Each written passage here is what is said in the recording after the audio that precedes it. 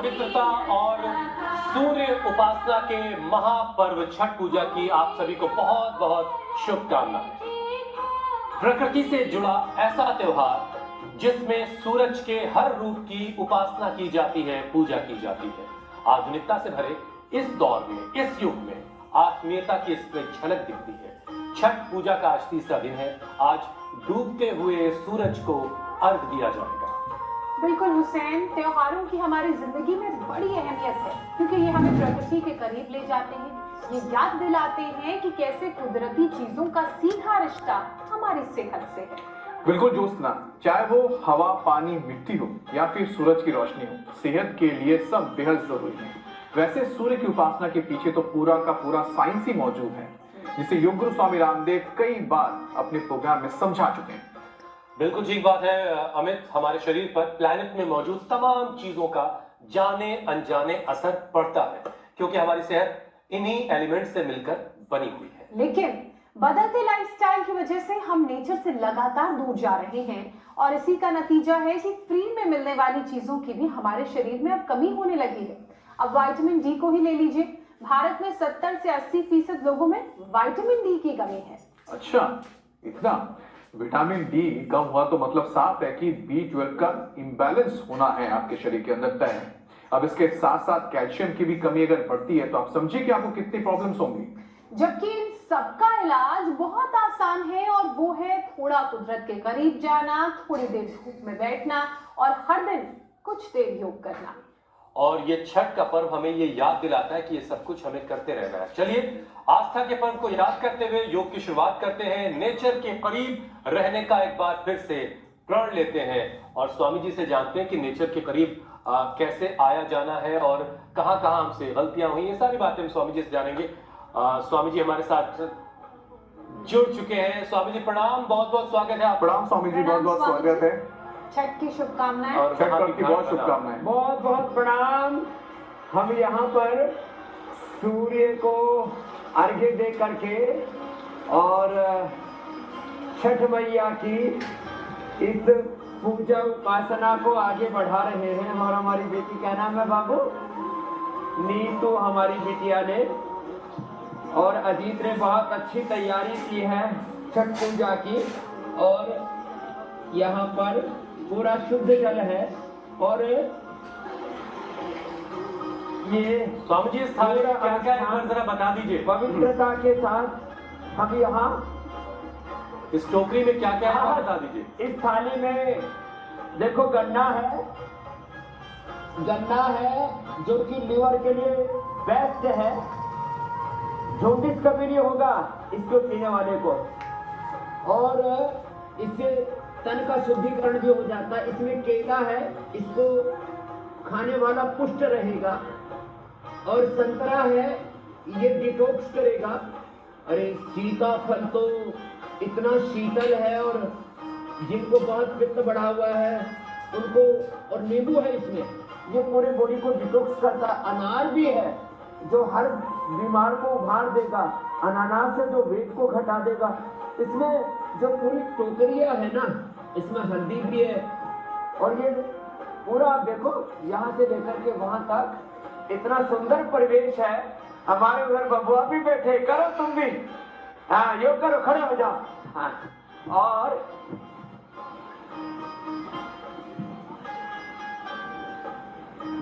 तो आज खाली नीतू नहीं, हमारे हरी, ये बालक सब हमारे बिहार के हैं और इन्होंने इतनी अच्छी तैयारी की है। एक बार जोरदार अभिनंदन है इनका भी। हाँ देखो, आज हमने इंडिया टीवी में तो रोज तैयारी होती है, यहाँ 5 जोरदार तैयारी हो रखी है छठ पूजा की, कि छठ मैया सबकी जो संकल्पनाएं हैं, उनके आस और विश्वास हैं, उनको पूर्ण करे। इस संकल्प के साथ सुनो है छठ मैया विनती हमार, लंबे लंबे श्वासों के साथ। सुन छठी मैया विनतिया हो, सुन छठी मैया विनतिया हो, हसिया पूरन हो, हसिया पूरन हो, होई स्वामी जी, इस आवाज में भी मुझे शारदा सिन्हा की आवाज ही सुनाई दे रही है। वो जरूर इस दुनिया से चली गई है, लेकिन उनकी आवाज छठ के गीतों के जरिए हमेशा हिंदुस्तान में और पूरी दुनिया में गूंजती रहेगी। और आज मौका भी खास तौर से उनको याद करने का है। आज उनका अंतिम संस्कार पटना में होना है पूरे राजकीय सम्मान के साथ। बहरहाल हम अपने कार्यक्रम की शुरुआत करते हैं उनको याद करते हुए। नहाए खाए और खरना के बाद स्वामी जी, आज छठ पर्व का तीसरा दिन है। आज शाम को डूबते हुए सूरज की पूजा की जाएगी और फिर कल उगते हुए सूर्य की पूजा के साथ आस्था का ये पर्व संपन्न हो जाएगा। आप भी सिंबॉलिक छठ पूजा की पूरी तैयारी के साथ आपने योगाभ्यास शुरू करवा ही दिया है स्वामी जी। तो जरा पूजा और प्रकृति के बीच जो तालमेल है इसके बारे में समझाइए, और इससे कैसे अपनापन बढ़ता है, कैसे लोग एक दूसरे के करीब आते हैं, सूरज की रोशनी का क्या कनेक्शन है, ये जरा एक बार फिर से समझाइए।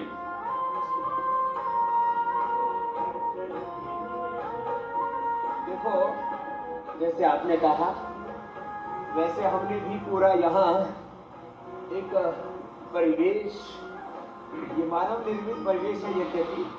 ये ऐसा लग रहा है गन्ने के खेत के बीच में तालाब, तो ये भी मैनमेड है।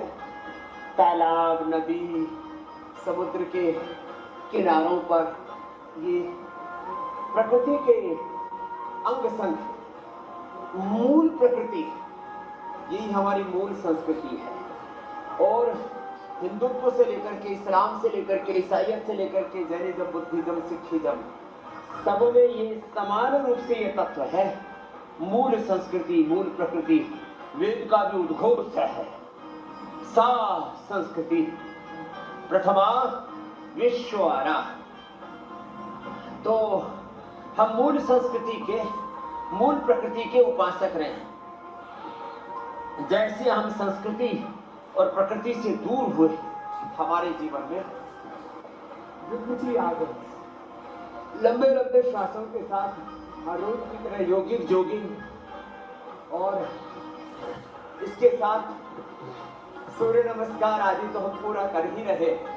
और जो इतना भी ना कर सके तो ताड़ासन, तिलक ताड़ासन तो थोड़ा कर ले, पूरी की स्ट्रेचिंग हो जाती है। ऐसे ऐसे, और बैकग्राउंड, यहाँ होले बैकग्राउंड में भजन भी हो रहा है, पूजन भी हो रहा है। और हिंदुस्तान से लेकर के अब तो पूरे जहान में बिहार और बिहारियों के पुरुषार्थ और पराक्रम का जज्बा का जलवा नजर आता है। लंबे लंबे श्वासों के साथ योगिक जोगिक सूर्य नमस्कार करते हुए हम ये बताना चाहते हैं, ये जो हम दीप जलाते हैं ये भी हमारे आस पड़ोस की सारी नेगेटिविटी को दूर कर देता है। देखो मेरे सामने भी, मैं एक बार नीतू बिटिया के लिए जोरदार अभिनंदन हो जाए। अजीत और पूरे हमारे बिहार के बहुत से बच्चे यहाँ पर हैं। आज बहुत सज धज कर के आए। इनकी छठ हमने यही मना दी है, यही हमने गंगा जमुना सरस्वती बुला दी है, यही हमने समुद्र, यही प्रकृति और संस्कृति का संगम कर दिया। और जो कर सके वो तो सूर्य नमस्कार भी कर ले, नहीं तो ये ऐसे भुजंगासन ही 100 बार कर लेना, जो जितना कर पाए उतना कर लेना। स्वामी जी, घाट आपने अच्छा सजाया है, ऐसे बस आपकी नदी में झाग नहीं दिख रहा है, ये एक कमी रह गई है।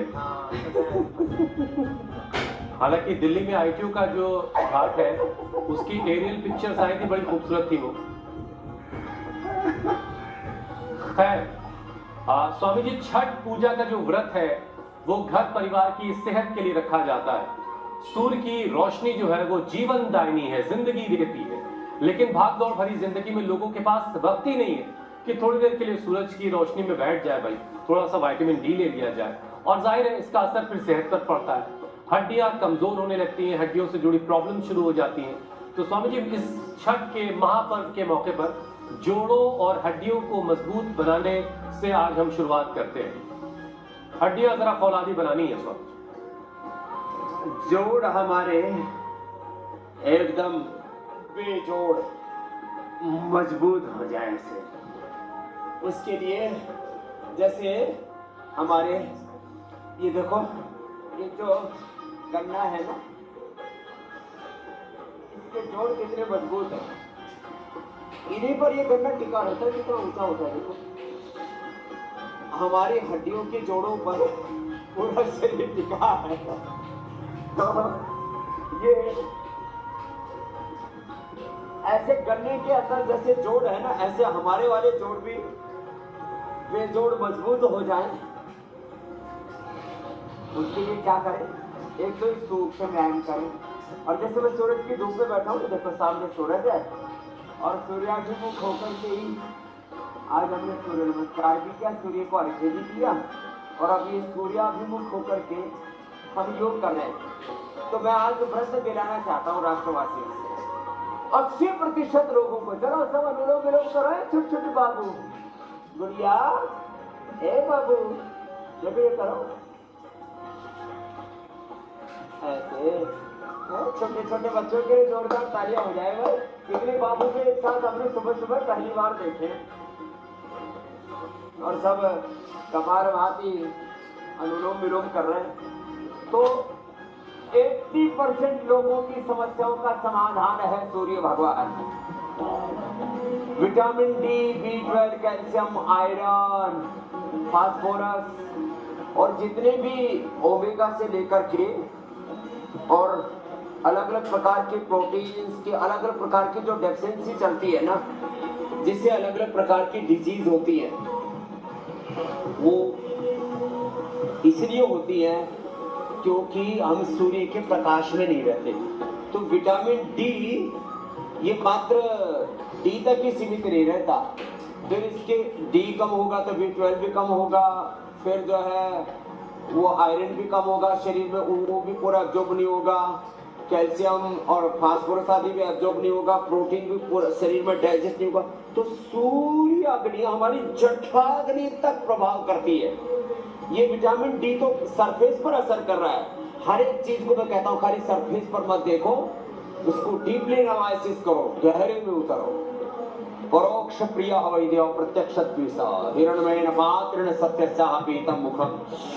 तो सूर्य की उपासना करने से विटामिन डी की पूर्ति तो होगी, सारे न्यूट्रिएंट्स की पूर्ति होगी, क्षति पूर्ति होगी, और सप्त धात्वाग्नि, जठराग्नि, प्राणाग्नि हमारी सूर्याग्नि से उद्दीप्त होगी, प्रदीप्त होगी, और उससे पूरा जीवन प्रकाशित होगा, जीवन का अंधियारा मिटेगा। तो एक काम तो ये करें, रोज सूर्य अभिमुख होकर के योगाभ्यास करें, सूरज की धूप का 45 मिनट्स का एक्सपोजर अवश्य ले एक बार। दूसरी बात, जैसे अपने सामने आप देख रहे हो ना, अनार है, संतरा है, बग्गू गोसा है, केला है, गन्ना है, और ये फिर कितना सुंदर सुंदर मूली भी है इसमें। मूली बहुत जरूरी है, हाँ, मूल से जुड़ो, मूल से हट गए इसलिए भूल हो गई और भूल भुलैया में फंस गए भैया। तो जो मूली खाएगा उसको कभी लीवर की प्रॉब्लम नहीं होगी। मूली और ऊपर से गन्ने का जूस पी लिया तो कभी भी जिंदगी में जॉन्डिस नहीं। लीवर तो इंजन है पूरे शरीर का, वो इसको चलाता है। तो मूली खाओ, अभी सर्दी पर जो मूली खाएंगे, गन्ने का जूस पिएंगे, उनका लीवर गड़बड़ नहीं होगा, हीमोग्लोबिन की कमी नहीं होगी, fatty liver, liver cirrhosis, liver fibrosis, liver cancer बहुत हो रहा है, किडनी की प्रॉब्लम बहुत हो रही है। तो लीवर और किडनी दोनों ठीक होते हैं मूली से, और गन्ने से लीवर अच्छा रहेगा, और जो है इससे सीताफल से पित्त नहीं बढ़ेगा, और अनानास से वेट नहीं बढ़ेगा, और ये संतरा चकोतरा इससे एंटी एजिंग है, उससे सदा युवा रहेंगे, सदा यौवन मिलेगा। कितनी बड़ी बड़ी बातें हैं। सूर्य की उपासना करना और प्राकृतिक जीवन जीना, ये प्राकृतिक जीवन ही सांस्कृतिक जीवन है। यही सनातन जीवन पद्धति का सार है। और देखो फिर देखो, योग अभ्यास तो करना ही है, योग का व्रत तो लेना ही है। तो सूर्य को अर्घ्य दे, प्रकृति का व्रत ले और योग का व्रत ले। ये योग का व्रत और योग के साथ तो हमारी स्वदेशी पूरी परंपरा जुड़ी हुई है। और इसके साथ जो जुड़ गए तो फिर जीवन में आनंद ही आनंद। अपने घर में घी का दिया भी जलाना, सरसों के तेल का या तिल के तेल का, जो जहाँ पैदा होता है, जहाँ सरसों होती है वहाँ सरसों का, जहाँ तिल होती है वहाँ तिल का। घर में दिया जरूर जलाएं। पास में घी हो। अब हमारे पास तो लेकिन स्वामी जी, अंतर्मन में ज्ञान का दीप, भक्ति का दीप, कर्म का, लेकिन स्वामी जी, ईश्वर ने, अल्लाह ने जो सबसे बड़ा दिया जलाकर रखा है, उस दिए को नजरअंदाज नहीं करना है। और इसीलिए कहा जाता है कि अंधेरा चाहे जितना काला घना हो, सूरज निकल के रहता है, रोशनी होके रहती है। तो उस रोशनी की अहमियत को समझिए जो सूरज से आपको मिल रही है। सूरज की रोशनी ना मिले तो ये भी कहा जाता है कि इसका असर आपके कार्डियक हेल्थ पर भी पड़ रहा है। इसके बारे में भी स्वामी जी आपको समझाएंगे और आपको अपने हार्ट का ख्याल कैसे रखना, उसे कैसे मजबूत रखना है। हाँ, ये कार्डियक हेल्थ का आपने अच्छा पूछा। एक तो कार्डियक हेल्थ के लिए भजन बहुत अच्छा है। ये हमारा हरि, एक बार जोरदार अभिनंदन है। ये 20 साल से ज्यादा हो गया हमारे साथ भजन गा रहा है छठ मैया का। चलो बढ़िया सा भजन सुनाओ, संगीत में योग प्रैक्टिस करें। हाँ,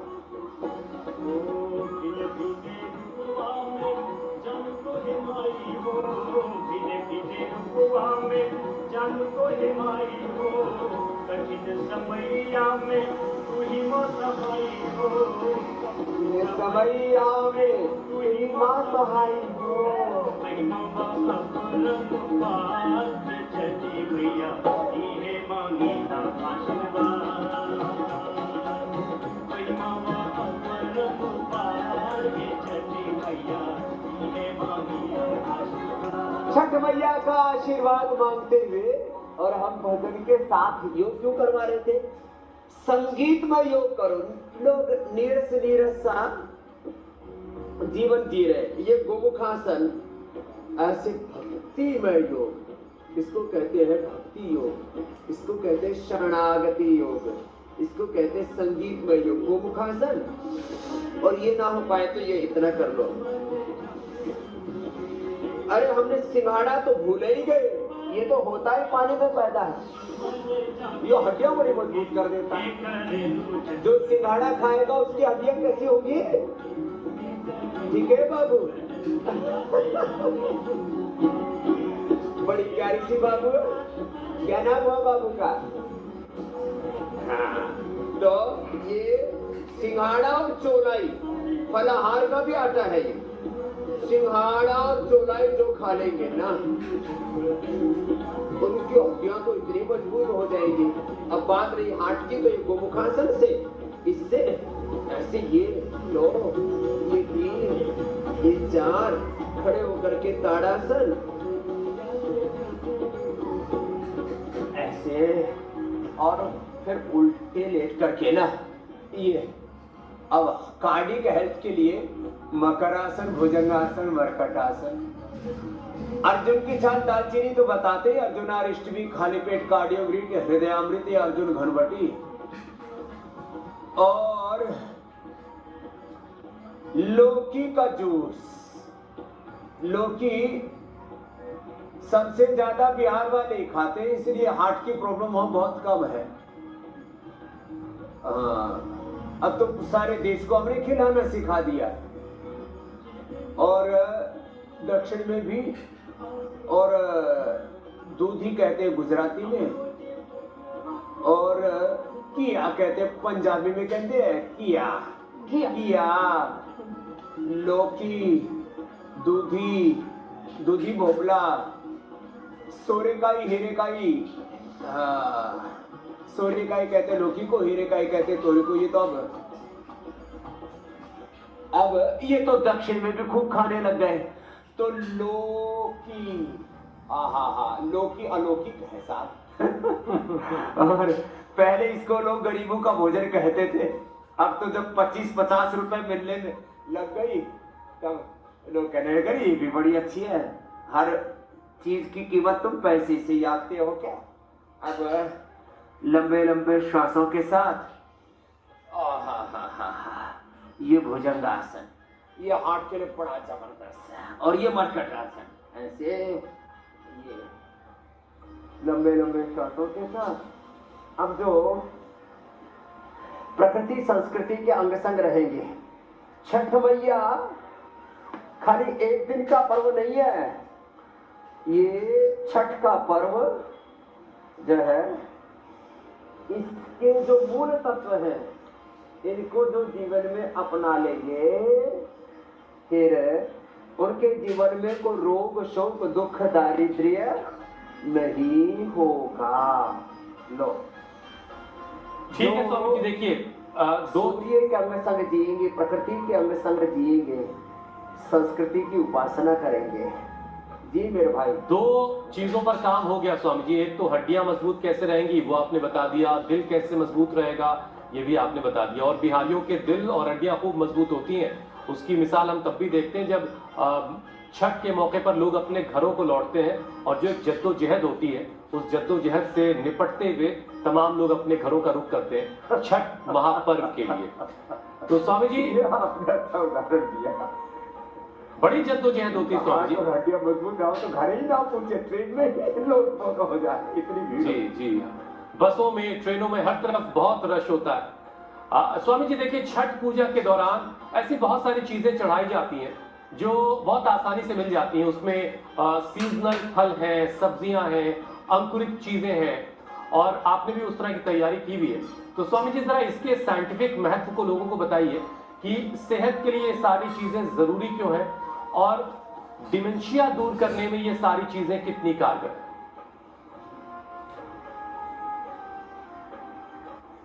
तो देखो, एक तो सर्वांगासन और शीर्षासन, ये दोनों तो करवा दे रहे। और फिर अरे ठेकवा लाओ रे देसी घी का। हाँ, अब देसी घी में ठेकवा बनाते हैं। हाँ। अब जो ये ठेकवा खड़े लिया, घबरा मत। हाँ, ये भी हमारा 25 साल हो गए सेवा करते करते।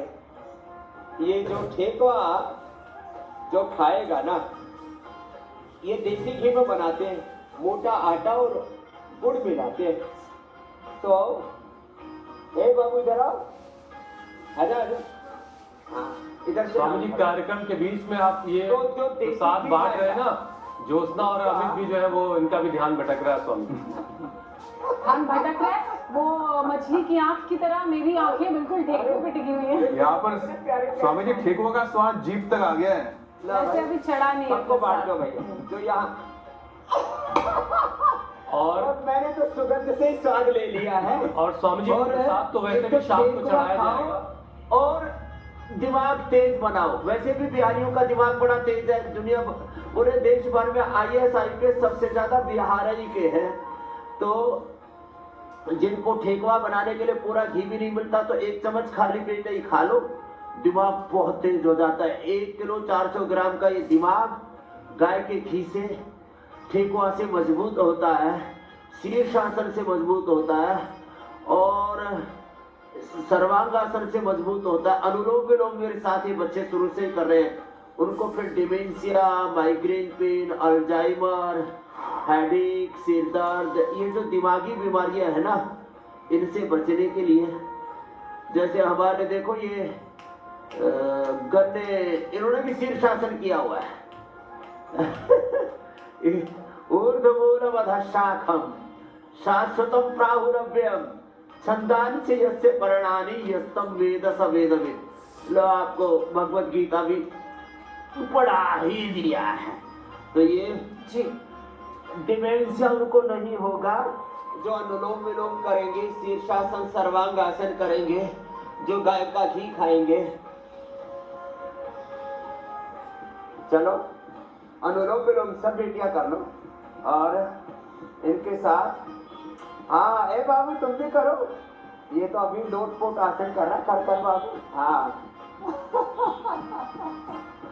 एक अलग ही मस्ती में है अभी, लेकिन बच्चे बहुत अच्छे हैं, सब कर रहे हैं अनुलोम विलोम, कितने प्यारे प्यारे बच्चे हैं। करो बाबू, कुछ तो ठेकुआ के साथ ही अनुलोम विलोम कर रहे हैं। स्वामी जी, एक बाइट ले रहे हैं ठेकुआ की और ना मुंह से चल रहा ठेकुआ भाती और अनुलोम विलोम चल रहा है नाक से। ये डबल कार्यक्रम चला रहा है। ये ठीक है। स्वामी जी देखिए, हड्डियां दिल मजबूत हो गए, दिमाग भी मजबूत हो गया, लेकिन प्रकृति से लगातार दूर होने और लाइफस्टाइल खराब होने की वजह से कैंसर की बीमारी भी तेजी से फैल रही है। योगाभ्यास के साथ साथ एक बार फिर से छठ पूजा का चूंकि आज मौका है, तो आप लोगों को सही आहार व्यवहार कैसे बनाए रखना है उसकी अपील कीजिए, और साथ ही लाइफस्टाइल कैसी होनी चाहिए एक बार फिर से ये युक्ताहार विहारस्य युक्त चेष्टस्य कर्मसु युक्त स्वप्नावबोधस्य योगो भवति दुःखः। जो ये जो छठ पूजा में ये खा रहे हैं ना संतरा, छठ पूजा में जो खा रहे हैं ना अनानास, छठ पूजा में जो मूली खा रहे हैं, जो रोज मूली खाएगा, एक संतरा खा लेगा, सलाद में मूली खा लेगा, कभी कभी ये खा लेना भैया। वैसे तो हर मौसम में तो मिलता भी नहीं, सर्दियों में खूब मिलता है, थोड़ा महंगा जरूर होता है सीताफल, क्योंकि महाराष्ट्र से और कहो उधर से तेलंगाना आंध्र प्रदेश से, थोड़ा बहुत मध्य प्रदेश में भी होने लग गया, दूर दूर से आता है। तो जो रोज मूली खाएंगे, जो रोज संतरा खाएंगे, जो रोज सप्ताह में एक बार भी अनानास का जूस पी लेंगे, ये जो नेचुरल चीजें खाएंगे ना उनको कैंसर होगा ही। वैसे हम गोधन अर्क बताते हैं, यज्ञ हवन करना सिखाते हैं, जैसे हमारी बिटिया हवन कर रही है, हवन की फिर यज्ञ की भस्म जो है उसको पानी में घोल करके पीने से पूरी बॉडी डिटॉक्स हो जाती है, एसिडिक से अल्कलाइन हो जाती है। गोधन अर्क पीने से भी होता है। फिर आंवला, एलोवेरा, गिलोय, तुलसी, नीम, हल्दी और जो भी नेचुरल चीजें मिल जाए सुबह सुबह। हमारे रामविलास पासवान जी कहते थे, बोल बाबा जी आपने जो बताया मैं सुबह सुबह ये सब चीजें, थोड़ा सा हल्दी ले लेता हूँ, थोड़ा सा अदरक लेता हूँ, थोड़ी तुलसी ले लेता हूँ, थोड़ा सा नीम ले लेता हूँ, थोड़ी थोड़ी सारी चीजें ले करके और सुबह सुबह पी लेता हूँ, तो मेरा बीपी, मेरा शुगर, मेरा कोलेस्ट्रॉल सब डाइजेशन एकदम नॉर्मल रहता है। तो खैर हमारे बिहार के लालू यादव जी एक दिन दातुन कर रहे, अरे बबुआ नीम का दातुन बबूल का दातुन नहीं करेगा